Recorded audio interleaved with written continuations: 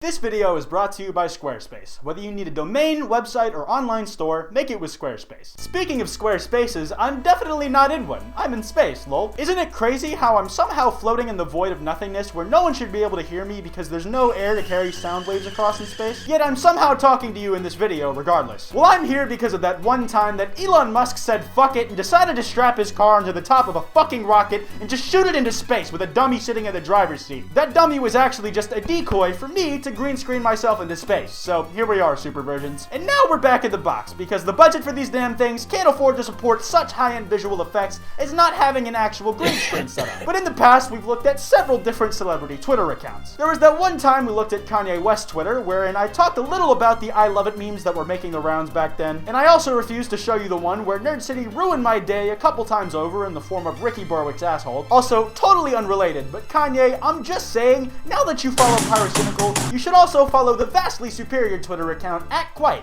Lots of banger tweets going on over there. On a more wholesome note, we took a quick peek at one Phil Swift's Instagram, whose absolute innocence and dedication to giving us all the information he could about what goes behind the scenes at Flex Tape headquarters was very heartwarming. But today, I want to take a look inside the mind of a man so complex, Rick and Morty was created just to appeal specifically to his sense of humor. And this man is Elon Musk. Now, of course, Elon Musk is followed by a fuck ton of people because, duh, he's Elon Musk. Sometimes called real-life Tony Stark because of how batshit off the walls he goes with the stuff he wants to make spontaneously. Like, gosh, I sure do hate being stuck in traffic. Time to dig a gigantic hole under Los Angeles so I can get to Chipotle faster. Or another one of my favorites, I'm not allowed to ship things labeled as flamethrowers in the mail, so instead, I'm gonna name my flamethrowers not a flamethrower. Pure genius. But to truly get a look inside the mind of Elon Musk, you must go to a place where any person who feels like saying something super off the cuff does in a spur-of-the-moment decision. To his Twitter account. Elon Musk has always been an interesting fellow in what he chooses to do with his various businesses, but I think the strangest thing he's ever done is definitely the direction that he's recently chosen to take his Twitter in. Like, I'm sure you heard that he's dipped his toes into the land of memes and irony, all that shit that has every member of my generation's parents worried about them. Now, to ease us into this, let us remind ourselves that Elon Musk is always a good role model. Like here, he's showing everybody that he voted in to do the same by making the daring move of tattooing the design of the I voted sticker onto his forehead, to let everyone know that he did indeed vote. It's a bit of a weird flex, I gotta say, but when you're Elon Musk, you can probably pop off whatever you want, and there's not a whole lot that people can say, face tattoos or otherwise, but it's just a very odd choice for a first tattoo in my opinion. There's this one tweet thread where Elon is all like,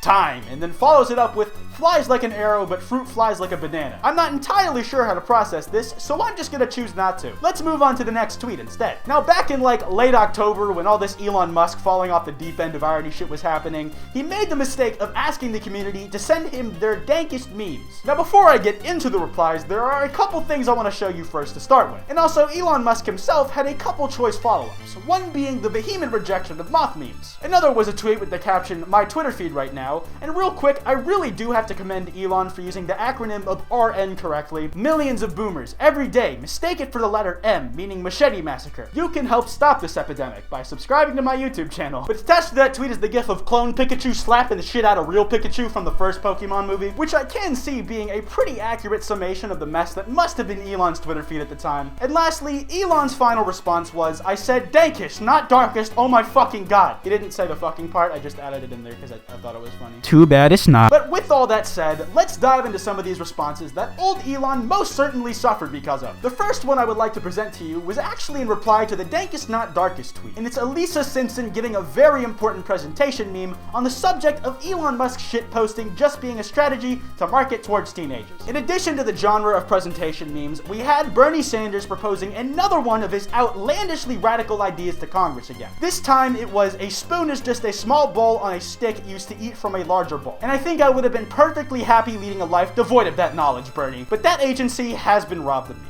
Oh well, listen, Elon told you that the shit was dark. Let's just do one more so we don't die quite yet. Subtitles, music, deaf people, man whipping so hard his arm breaks. Come on, guys, that meme is kind of fucked up if you think about it. That's fucked up, that's fucked up. Alright, that's enough responses to Elon Musk asking for shitposts, back to Elon himself shitposting, and getting into potential trouble doing so. Little known fun fact, as well as being obsessed with getting to Mars, Elon Musk is also equally obsessed with astrology, as can be seen here in his How'd They Know tweet. Horoscope, you're probably breathing right now. And the people just be fucking shocked like they just found out that they're colorblind and there's a whole new ass color they have never seen before. Like, can can you imagine being colorblind? Poor Logan Paul, I feel so bad. Elon Musk has a meme dealer as well apparently, and I'm a bit worried that Elon might be getting ripped off by whoever his meme dealer is. I'm afraid whoever they are might be willing to take advantage of Elon's relative newness to this whole field, and Elon likely being willing to pay above necessary prices for memes that he doesn't need to pay. It just wouldn't be fair to him if he's being taken advantage of like that. But anyways, the caption reads, "Fresh Puro from my meme dealer,"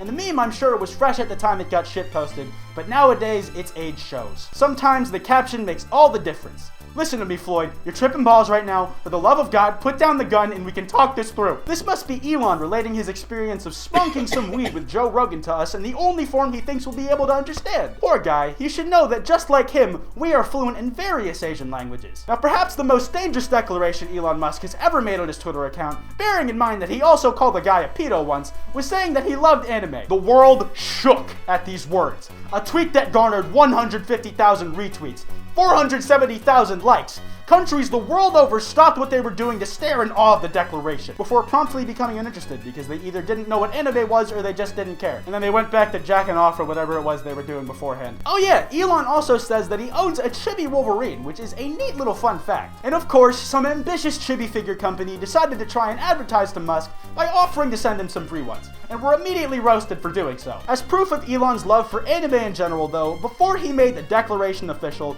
he a while ago said that he loved the movie Your Name, which is a pretty tight movie in my opinion as well. Also calling back to those very spur-of-the-moment decisions Elon Musk seems to like to make a lot, apparently one day he decided to fuck around and decided it is time to create a mecha. Like, how much caffeine does Elon take in just to decide to do shit like this? Like, what is happening? Also, a feature I didn't know was included in Teslas nowadays is that when the car is not moving, apparently you can play Atari games. I don't know why I included that bit of information, but it's there, and I gotta be honest, I'm not entirely sure what's happening at this point. Not that I ever did, but you know. But Elon has some helpful tips for the best way to play said Atari games. Works best if you play games full screen and use steering wheel scroller balls for control. Of course, who could forget that one time that Elon decided to buy Fortnite and delete it in order to, quote, save these kids from eternal virginity, and because it, quote, had to be done, you're welcome. Oh yeah, and also the Twitter beef that ensued between Elon Musk and the official Fortnite Twitter account, where they made fun of Elon for not having a Mars base until like a decade from now, just telling him to build. Which, for your information, Fortnite, there is a build height limit that you guys put there, so it's not really an option now, is it? As always, Elon had some brilliant commentary on society nowadays, that thing we live in, specifically on the cultural effects of social media, by making clever analogies to certain things that us millennials and Gen Zers and teenagers are gonna understand and love. Twitter is Dark Souls of social media, Reddit is Bloodborne, Insta is Zelda.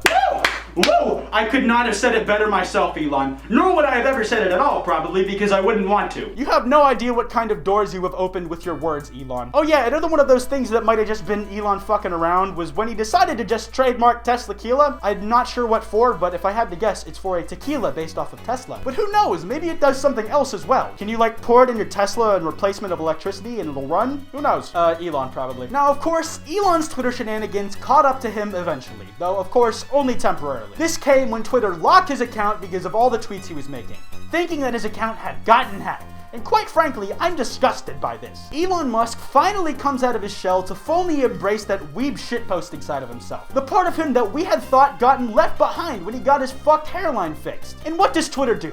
Punish him for it. Elon's true form has taken shape recently, and it has been a beautiful sight to behold. I'm not sure in what way it's become beautiful, but I just know it has, and that's enough for me. I think I'd likely regret it if I actually found out why. But enough of that for now. Let's talk about this little thing called Squarespace. Squarespace, unlike my thought processes, isn't all over the place. In fact, they have an all-in-one platform where you have everything you need in one place to create a beautiful website. There's nothing you need to install, patch, or upgrade. In addition, if you don't know how you want your website to look, Squarespace has got your shit covered again. They have beautiful customizable designer templates for a wide array of needs. You can copy your own domain using Squarespace as well, or if you have an already existing one, you can transfer it over to Squarespace with their easy to use DNS interface. And if you have any questions at all, you can call them anytime at their award-winning 24/7 customer service. Head to squarespace.com, and when you're ready to get started, go to squarespace.com/Kwite to get 10% off your first purchase of a domain or website. It's the first link in the description. But anyways, I'm gonna wrap this video up here. If you guys enjoyed, be sure to drop a like, and if you're you're new, subscribe. I have a podcast with Wild Spartans and FPS Diesel called Loudmouse. We upload 2 new episodes every week on Tuesdays and Saturdays,